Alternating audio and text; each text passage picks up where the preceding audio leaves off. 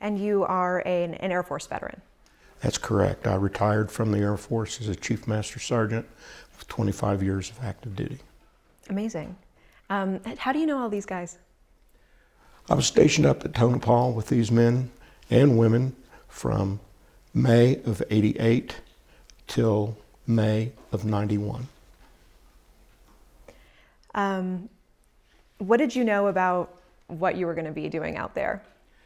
Well, I was approached while I was stationed at Edwards Air Force Base in early '88, and I was told that if I was interested in a special duty assignment that I needed to be over in Las Vegas, Nevada to meet with 3 people at the Palace Station Hotel at a certain time, a certain date. I was intrigued, so off I went, and they told me absolutely nothing, but they said it would be very, very rewarding, and they explained to me that I'd be traveling, they said at the time, uprange for 3 to 4 days at a time, and then I would be home for 3 to 4 days at a time. And like I said, it sounded intriguing, and that's how I got into the program. A lot of secrecy from the very beginning. Very much so. I didn't even know what I was going to be doing until after I was already in the program and flew uprange, and that's when I was introduced to the F-117. What did you do on the range? I was a weapons instructor. I did that for all 3 years while I was up there. I was NCOIC of weapons training. And what does that mean? What did you do on a day-to-day basis? Well, our security troops needed to be armed, and so did some of our maintenance people, and then our pilots would have to qualify on small arms weapons, rifles, handguns, shotguns, grenade launchers, machine guns, whatever weapon we had in the inventory, we provided the training for those. And what were you all guarding up there? I really wasn't guarding anything. I was basically providing the training for the people that were doing the guarding.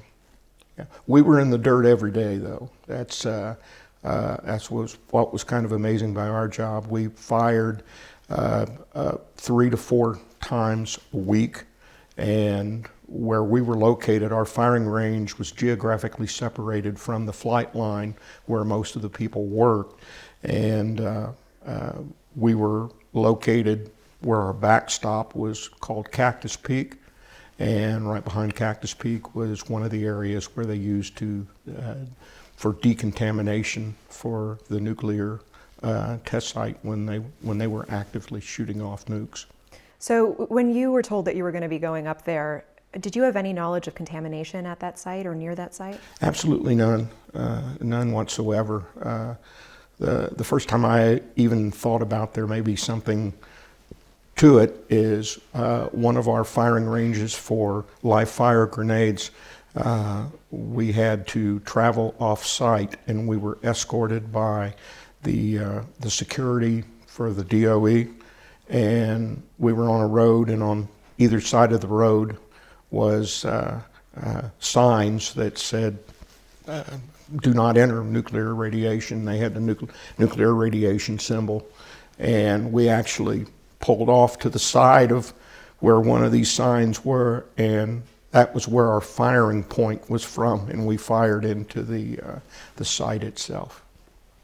And that was, I noticed that he had a dosimeter on, and I'm thinking, there might be something to this, you know, and I figured, well, because he was up here driving around, that's probably why he had it. And I assumed that the area where we were was completely safe. How many cancers have you suffered? 4. Throat cancer, which took my thyroid and my parathyroids, salivary gland cancer, and had the salivary gland removed, and bladder cancer, and neoplasms, which are cancers in the colon area. How old are you? I'm 66. Otherwise, are you quite healthy? I would say so, yes. When did all of this start for you? It started around 2001 when I retired, which made me a little more fortunate than most of my brothers and sisters that were uprange, since some of these cancers manifested before I got out of the service. It was service connected, but it's not connected to what has actually caused it, which was the ionizing radiation. Just from doing research over the years, I was at a loss on why I was having these cancers. It didn't make any sense. No history in my family. I was always healthy as an ox. I was a runner. I played ball, played sports. I've never used tobacco products or anything like that. Very healthy lifestyle. And then, just bam, I just kept getting hit with these things. And it was taking an emotional toll. And really all the way up until about a year and a half ago, when we were discussing that with the members of the 4461st, it started making sense why some of these things were happening.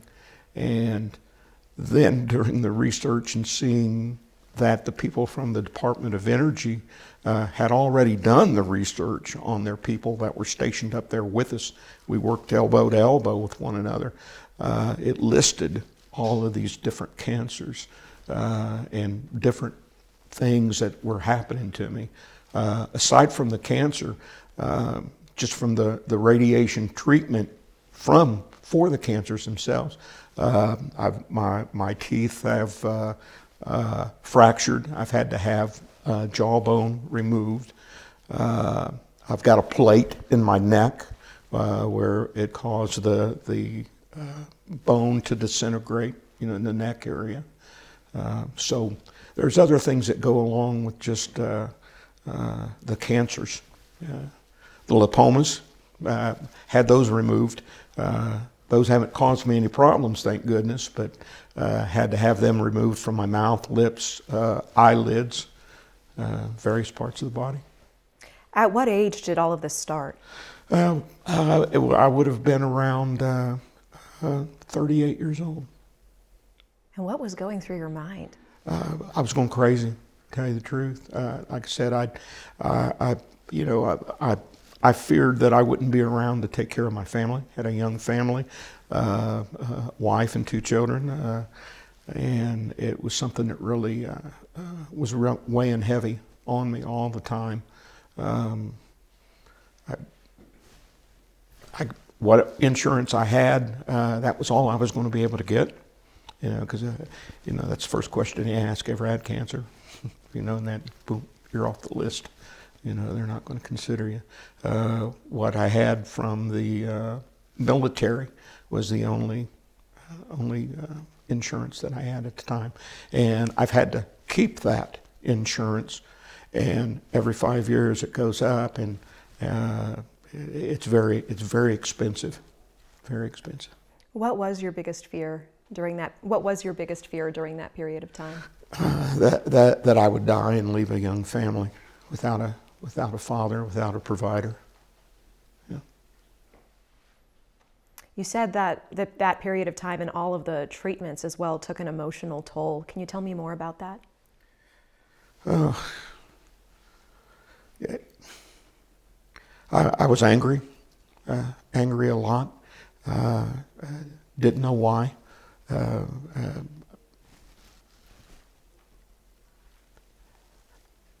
lost my faith in God, and that probably it took me a long time to get that back.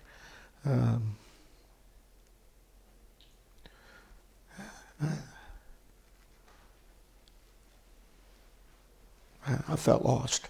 I guess that would be the best way to explain it. I didn't feel sorry for myself. It wasn't that at all.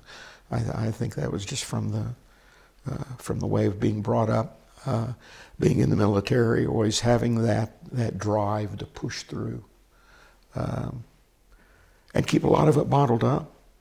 Yeah. And I consider myself a good patriot, so I never really shared what had gone on uprange, or even during our combat deployment to Saudi Arabia during Desert Storm.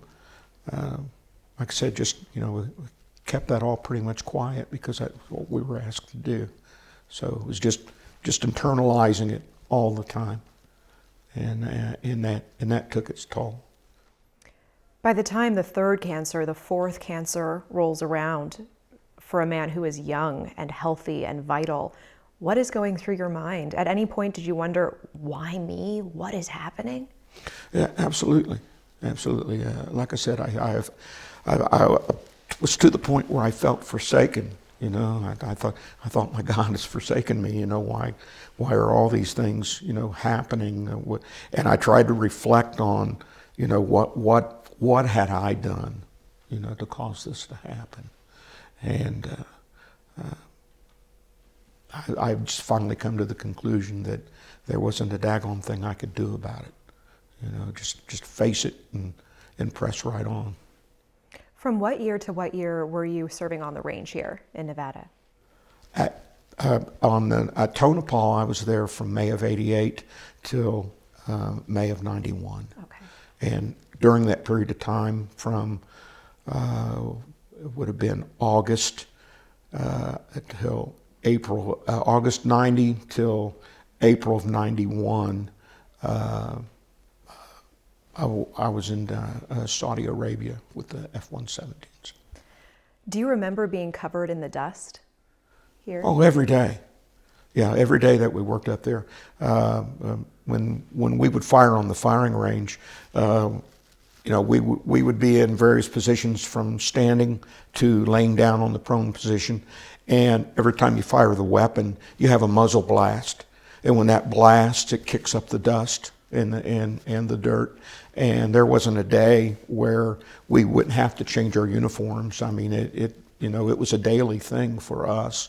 A lot of our counterparts either worked in buildings or they stood on post. We were in the dirt all the time.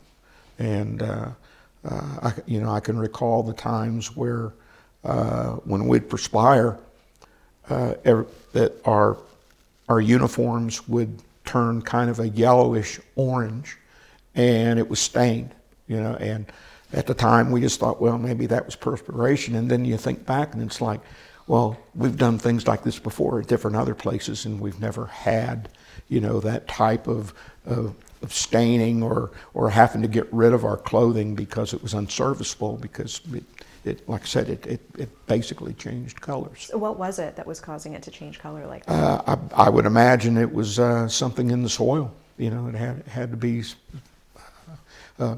radiation. I mean, I just can't explain what else it could have been. Yeah.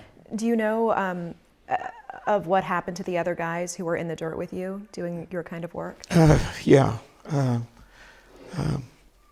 My battle buddy who deployed with me, I went and visited him in May of 2021, and in June of 2021, he passed away from lung cancer. And he had called me and said, hey, Mike, hadn't seen you in a while, come on over and visit with me. And I did, and he told me what was going on with his life, and he said that he still planned on being around for a while, and a month later he was gone. Yeah. And, I've been asked the question before about, do I have any regrets about going up to Tonopah? From a standpoint of taking care of business and taking care of our country, absolutely not. I mean, if I was asked to do it again, I would do it again. The only regret that I have is once I was there, I got to choose who my team was going to be. And I selected Bob to be a part of my team. And it weighs on my mind if I wouldn't have done that, would he still be here? and that bothers me. Yeah, that bothers me a lot. Some of the other people that I worked with,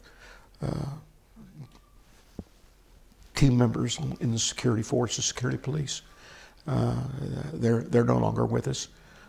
People who worked with me directly have had medical problems. I haven't had an opportunity to speak with them, so I'm not going to mention them by name. It wouldn't be fair for me to do that. But I know one of their wives had a miscarriage while we were assigned up there. Yeah. So they've had some sufferings on their own. Yeah. You don't need me to say this, but you know it's not your fault. And it would have been someone else, if it weren't Bob. It took almost 7 years of therapy to say it wasn't my fault, to finally admit it. And like I said, I still feel some responsibility for it, for asking them to come over. If I would have known then what I know now, I probably would have not asked them. Or at least I would have given them some informed consent, or got some informed consent from them, so they would have known what they were getting themselves possibly into. Who is at fault for all of this? Well, I look at it like we're the Pinto of the DOD. Back in the 70s, they had the Ford Pinto, and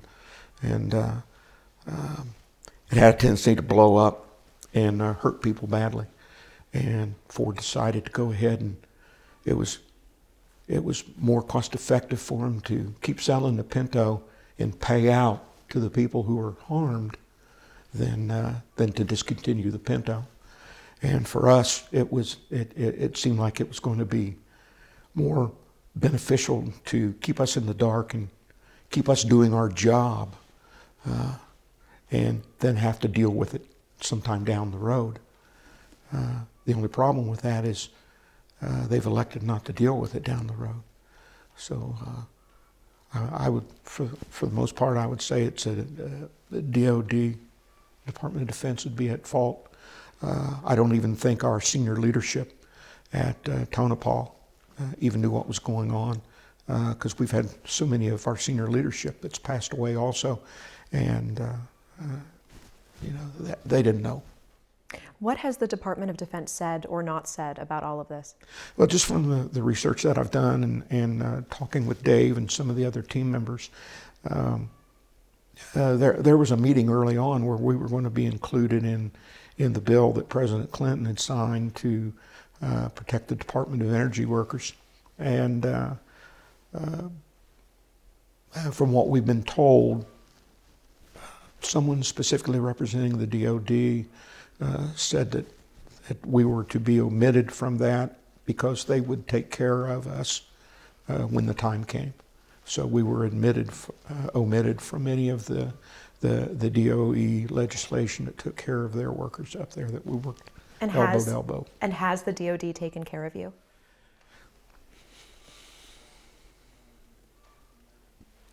No, the DOD hasn't.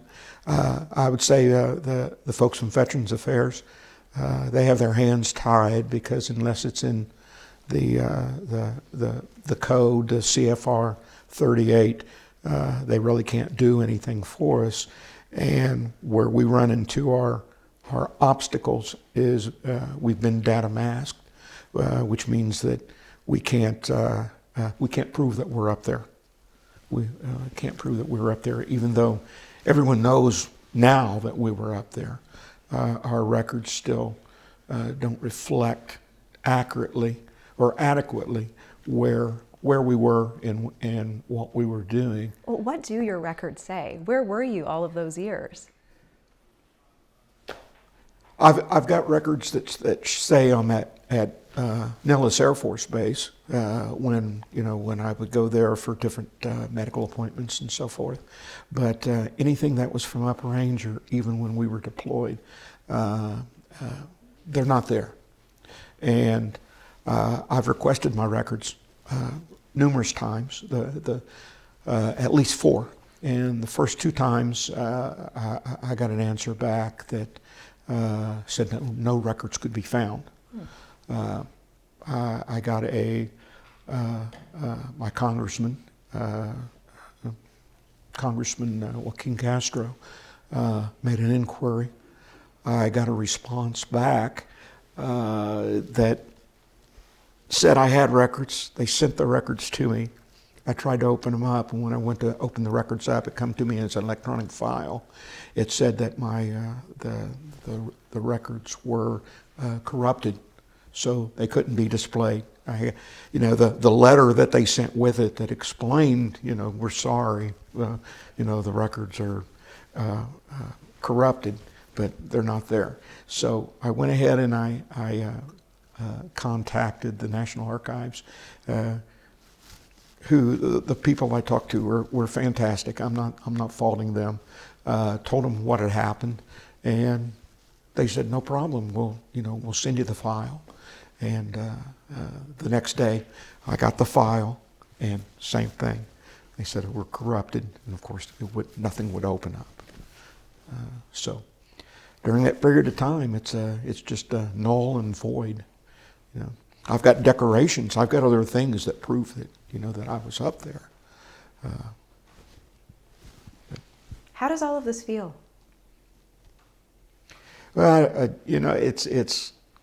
I want to say, it's sort of a betrayal. We promised to do our very best for our country, and there was some expectations that our country would do their very best to take care of us, if something went amiss. And they reneged, or they are reneging. All we're asking for is just to take care of us. Some of us can take care of ourselves. Some of us can't. Some of us, like Bob, have already passed on. Nothing for their families. So it's a little bit of a betrayal. Yeah. What does that mean for someone who describes himself as a patriot, who describes himself as loving this country? I still think that you can be a patriot and still press on, and still do your very best by your country, and that's why most of us we still are very reluctant to talk about things that we did at the time when we were stationed up at Tonopah and deployed with the asset. Just like I said, the asset. There for the longest time we never said F-117. But as far as I still think we can be patriots and ask for an accounting of our government. How many years did you serve in the Air Force? 25. You gave a lot of yourself. And good and bad, I would have done it all over again, and served the people that I served with was phenomenal. I've got brothers and sisters all over the world that I wouldn't have any other way, and closer to some of them than I am my own siblings. Mm-hmm. That's it was great, and wouldn't have traded it for anything. Do it all over again. Why do you think the DoD is refusing to acknowledge that anyone served at Tonopah? My personal opinion is money would be one, and two, they would have to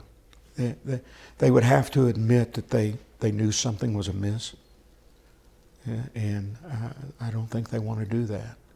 There's still things that are going on at that location right now, and whether it's been cleaned up or the mess was cleaned up or not, they're still going to continue to use the place up there. So if they can stall this out as long as possible, and most of us that are affected by it are gone, then some of the secrecy that they've sworn to keep, they've done. So. You think they're trying to wait you guys out? Yes, that's the strategy. Yeah. What do you want every American to know about what took place at Tonopah and what is taking place now? Well, what took place was you had a small number of men and women that was willing to give their very best and their very all for this country. And I believe that there's still patriots that are doing that today, right now. And what needs to be told is the story of the sacrifices that these men and women have made, and they are deserving of their country's care when they need it. How is your health today? What is the prognosis? I'm in remission, in a wait to see status. The downside is with the bodily organs that have been removed. I am in a constant state of taking medications just to maintain just everyday living. I have no thermostat. When people say, "Are you hot or cold?" I don't know. I could be in a room where it's 200 degrees and I would be chilled, or vice versa. Hypothyroidism. I can go days without eating a thing, and as you can tell, I'm not unhealthy looking. So my metabolism is really messed up. Through all the medical issues and all of the health treatments, and I want to talk about those in just a second, what kept you going? Family. Yeah, family. My wife, Connie, and our children, Courtney and Mike,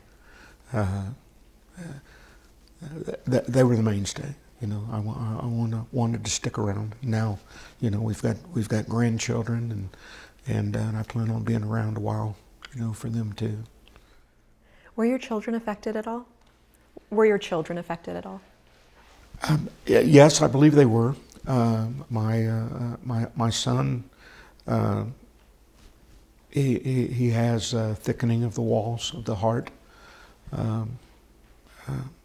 He had to have gallbladder removed. My daughter developed breast cancer a couple years ago, and she had to go through that. And I think that's a direct result of the secondary exposure from being uprange. We live downtown here in Las Vegas, but like I said, I would change my uniform, a new uniform every day. We would bring those uniforms back home. Yeah.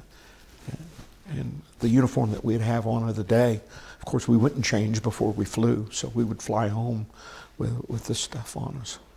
And I think a secondary exposure created their illnesses. How does it feel to know that secondary exposure from the work that you did may have resulted in issues for them? I want to say angry, but more hurt than anything, because we weren't told that this could possibly happen. If we would have been aware and been able to have taken the precautions, this would be an easier pill to swallow. And that's the part that I think is the most difficult, is if there was someone that knew, or a group of people that knew that this could happen, and withheld that information, and then allowed us to basically poison our families, ourselves and our families, that hurts. That hurts. And you're talking about precautions like you didn't even know not to wear the uniform home. That's correct. That's correct. I mean, something as simple as they could have done our laundry up there, but then again, the water was contaminated, so I don't know if it would have done. Yeah, at least we wouldn't have been bringing it home. At least we hope we wouldn't have. We just didn't know. We just didn't know.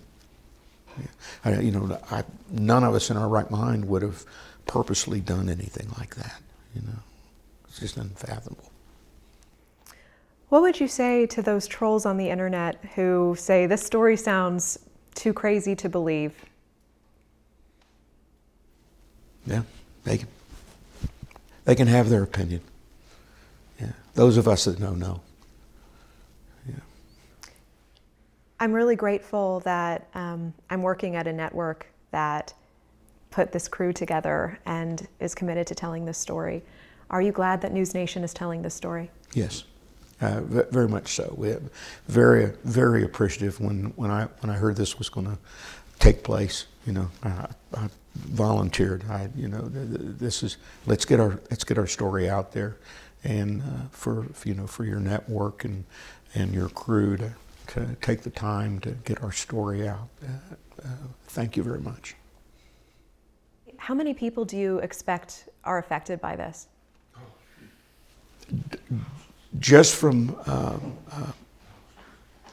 just personal research that I'm aware of, with just all of our group, including the 77th, I would say between 7,000 and 10,000 people.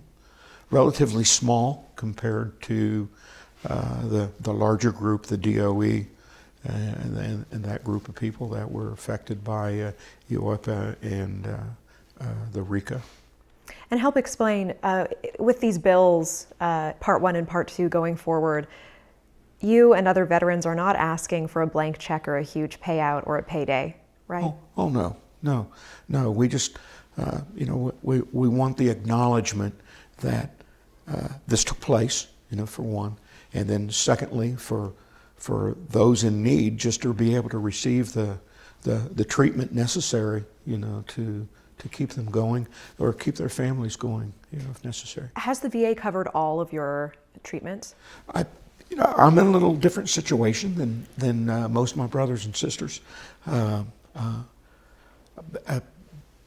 because some of these things manifested while I was still on active duty. Then I was automatically, automatically considered, a disability, yeah, and compensated and being treated for it. As far as my care at the VA, I couldn't ask for anything better. I appreciate that. Yeah.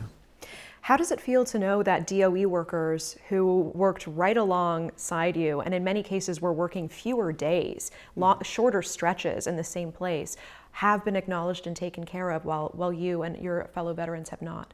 Well, first of all, good for them. I'm glad they're being taken care of. Yeah, and I'm sorry that our folks aren't. There's a disparity there, but never to the point where I would wish any of those folks, any ill will whatsoever. And I'm glad they're getting everything that they deserve, and hopefully our folks will be able to get what they deserve too. I think it would be one thing if this site was terribly contaminated and truly nobody knew. Truly nobody knew, and it's just a huge mistake, and isn't it a terrible thing that happened? Is it difficult to look at documents like the one Dave was referring to in 1975 that shows that they knew that there was contamination and they made a decision to continue to build and deploy people there? How does that make you feel? And like I said, I've gotten over being angry.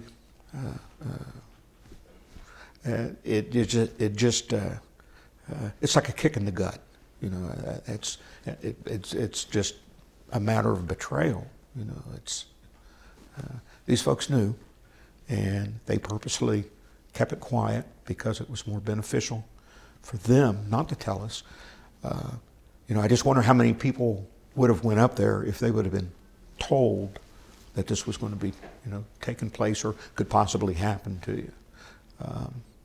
I would think that there would probably be a lot of folks that wouldn't have went up there that contributed to these programs to create our national security. So it was beneficial for them just to keep their mouth shut. Can you help explain for us what the stakes were historically during that time? How important the work that all of you were doing in the context of the Cold War and in the context of stealth technology? Well, I'm not a military scientific expert, but it definitely tipped the scales as far as our national security was concerned. We had something that no one else had that we would be able to use if we needed to. And then when the timing was right, when it was disclosed, I'm sure that shook fear in our adversaries that we had, something of that magnitude. What was the stealth technology capable of doing that was so important? Hiding itself from enemy aircraft, be able to penetrate into areas that would normally be picked up. Gosh, I couldn't even imagine some of the things that that the stealth was capable of doing. When the Gulf War kicked off, our folks were able to, our pilots were able to, send those birds into areas that no one else could venture into at the time. Whether it was on reconnaissance missions or bombing missions themselves. So, it was something that definitely put the thumb on the scales of national security. What message did it send to the USSR at that time?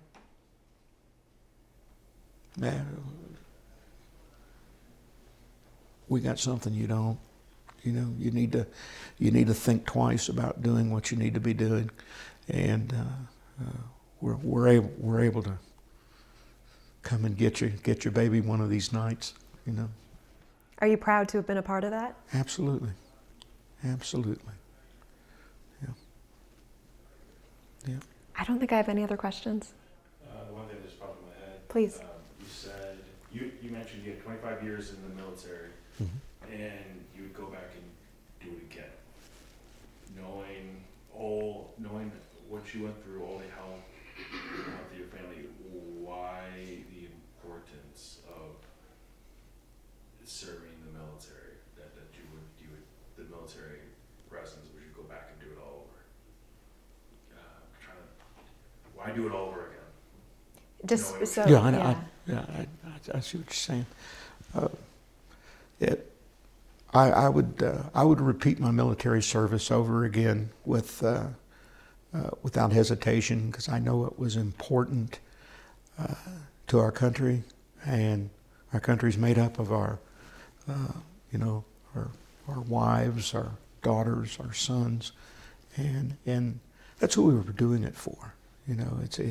It seems easy sometimes to wrap ourselves in the red, white, and blue flag, but when it boils down to it, it's the individuals in this country that that we were doing it for, and who I wanted to do it for.